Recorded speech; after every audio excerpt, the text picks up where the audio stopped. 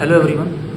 Last lecture में हमने universal testing machine के बारे में पढ़ा था, उसके पार्ट्स, उसकी फंक्शनिंग। और आज हम पढ़ेंगे जो टेंसाइल टेस्ट के दौरान इस मशीन पे जो ग्राफ बनता है स्ट्रेस और स्ट्रेन का, वो कैसे बनता है, उसके क्या क्या पॉइंट्स हैं। And this is very important again from civil engineering and mechanical engineering from both point of views. So let's study stress strain graph for mild steel.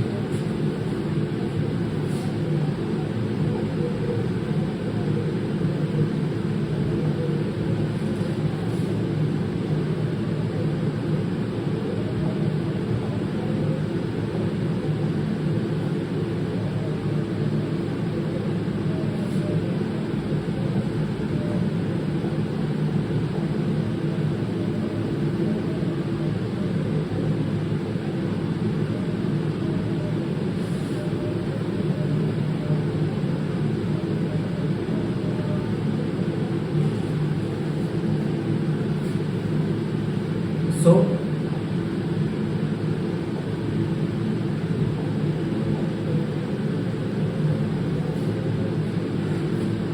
stress will be on y-axis and strain will be on x-axis. Now what is stress? Stress के बारे में आपको पता है? What is stress? When जब हम किसी material पे लोड डालते हैं, फॉर एग्जांपल जैसे हमने यूनिवर्सल टेस्टिंग मशीन में हमने स्पेसिमन पे टेंसाइल लोड डाला, उसके बाद क्या वो कैसे उसकी शेप क्यों चेंज होगी या वो ब्रेक कैसे होगी, उसकी लेंथ कैसे इंक्रीज होगी। बिकॉज जैसे ही मटेरियल पे लोड डालते हैं तो उसका जो मटेरियल, उसके अंदर जो मॉलिक्यूल्स हैं वो उस बाहर की जो फोर्स है, बाहर का जो लोड है उसको अपोज करते हैं। उस अपोजिशन को ही हम कहते हैं स्ट्रेस। उस अपोजिशन की वजह से ही मटेरियल में स्ट्रेस क्रिएट होता है and that stress leads to deformation. उस डिफॉर्मेशन मीन्स उसकी डायमेंशंस, प्रोडक्ट स्पेसिमेन की डायमेंशंस, उसकी लेंथ वगैरह जो है चेंज हो जाती है, लेंथ डायमीटर जो भी है उसकी डायमेंशन चेंज हो जाती हैं। और उस चेंज इन डायमेंशंस को हम कहते हैं, जो डायमेंशन चेंज होती हैं उसको बोलते हैं स्ट्रेन। तो लोड पहले एक्ट करता है, लोड की वजह से स्ट्रेस होता है, स्ट्रेस की वजह से स्ट्रेन होता है। ये तीन चीज़ें इसको याद रखना। We apply load, load creates stress and stress creates strain. तो ये स्ट्रेस स्ट्रेन कर्व जो मैं बना रहा हूँ टेंसाइल जो हमने टेस्ट किया था इसके ऊपर, माइल्ड स्टील के ऊपर, उसी का मैं स्ट्रेस स्ट्रेन कर्व बना रहा हूँ। अब इसमें जो इंपॉर्टेंट पॉइंट्स है वो अपने याद रखें। लेट इस पॉइंट का नाम रख देते हैं O, ठीक है। तो स्टार्टिंग में आप देखोगे ये ग्राफ वही है जो कंप्यूटर के ऊपर बनता है, ठीक है। स्टार्टिंग में आप देखोगे ये लाइन जो है स्ट्रेस स्ट्रेन की बिल्कुल स्ट्रेट होगी, ठीक है। अब स्ट्रेस और स्ट्रेन, इससे क्या पता लगता है?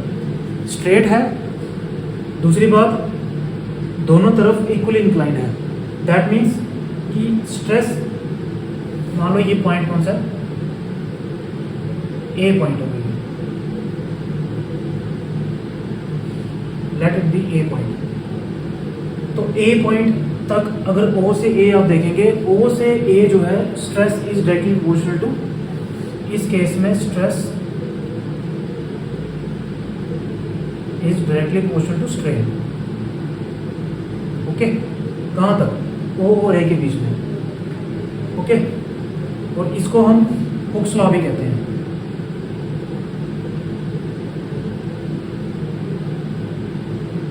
Hooks law, okay.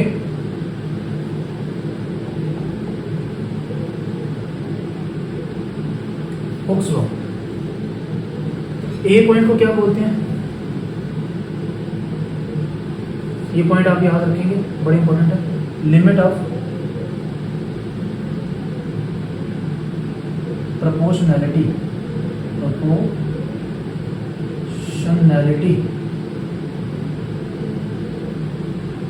ये प्रोपोर्शनैलिटी की लिमिट है। मींस O से A तक स्ट्रेस और स्ट्रेन डायरेक्टली प्रोपोर्शनल है, इसके बाद नहीं रहते हैं प्रोपोर्शनल, ठीक है। अब इसके बाद ये जो है अब इसके बाद क्या होगा, लोड इंक्रीज किया मशीन पे तो ये कर्व आप देखोगे थोड़ा सा इस तरफ हो जाएगा, स्ट्रेन ज़्यादा हो जाएगी, स्ट्रेस कम क्रिएट होगा। B point, at B point, इसको नाम देंगे हम बी। तो बी क्या है हमारा, इलास्टिक लिमिट।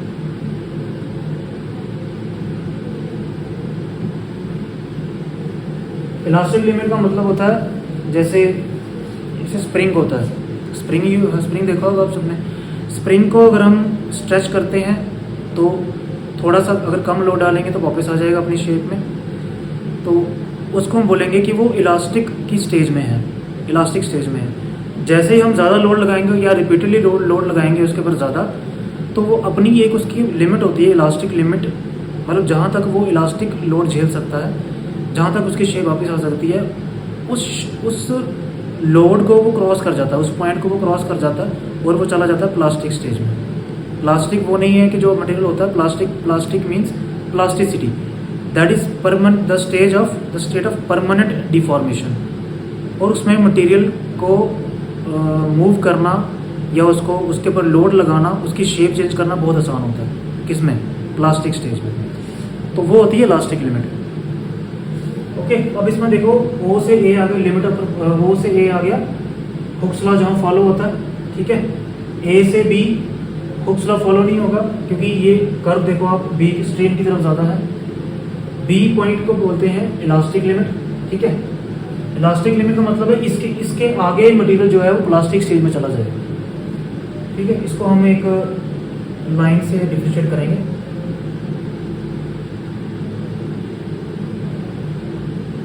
ये आ जाएगी आपकी प्लास्टिक रेंज, इसके आगे जो भी इलास्टिक,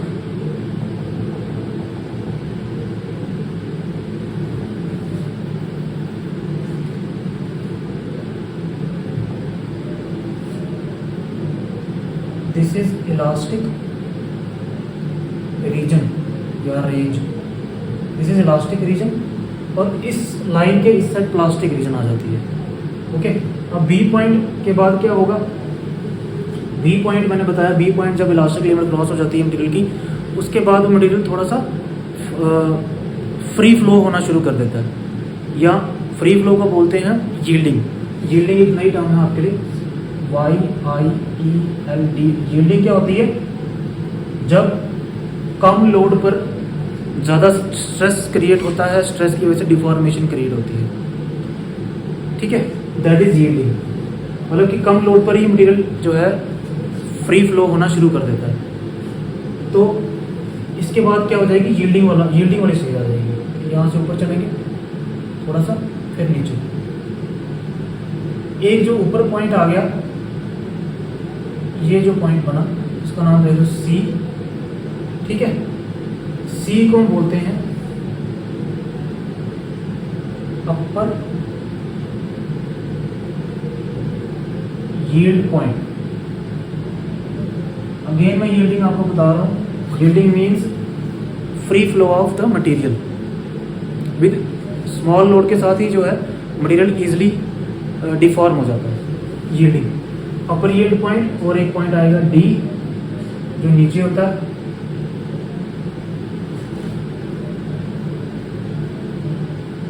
लोअर यील्ड पॉइंट, ठीक है।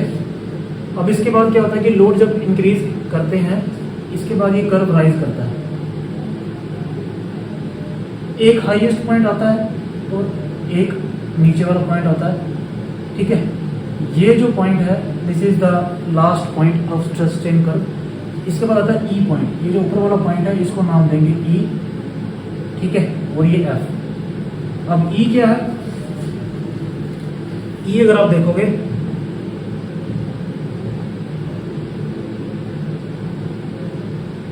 E, आप यहां से देखो इस E पॉइंट को हम यहां पे लेके आते हैं। ये क्या है, ये वो पॉइंट है, this is ultimate stress point.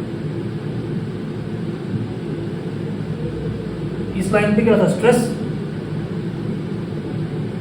ये वो वैल्यू है स्ट्रेस की जो एक मटेरियल जिसमें हमने यूज किया माइल्ड स्टील, मैक्सिमम इतना स्ट्रेस झेल सकता है। यही हमारा मेन पर्पस है टेंसाइल टेस्ट का, कि मटेरियल की अल्टीमेट हम स्ट्रेंथ निकालना चाहते हैं। इस मटेरियल से ज़्यादा हम लोड नहीं दे सकते, ज़्यादा लोड देंगे तो ये देखो आगे क्या हो रहा है, ये यहाँ पे आके फ्रैक्चर हो रहा है, means material breaks into two. तो ई आ गया ultimate strength,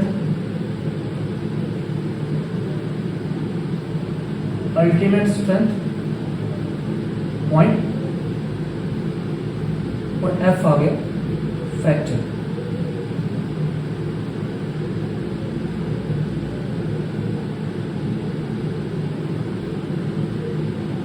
fracture means material will break at this point. तो हमने ये ख्याल रखना है कि मटेरियल को, जैसे मान लो हमें 100 इसकी वैल्यू आती है, कुछ एग्ज्यूम करते हैं 100 वैल्यू आती है, तो 100 से ज़्यादा हमने इस मटेरियल पे लोड, जहाँ भी इसको यूज़ करना है प्रैक्टिकली, ब्रिज में यूज़ करना है, बिल्डिंग में यूज़ करना है, कहीं भी यूज़ करना है, हमें ये समझ आ गई इस स्ट्रेस स्ट्रेन कर्व से कि इस मटेरियल को इससे ज़्यादा लोड नहीं देना, क्योंकि इससे ज़्यादा स्ट्रेस अगर आप इसको दोगे तो इट विल फेल।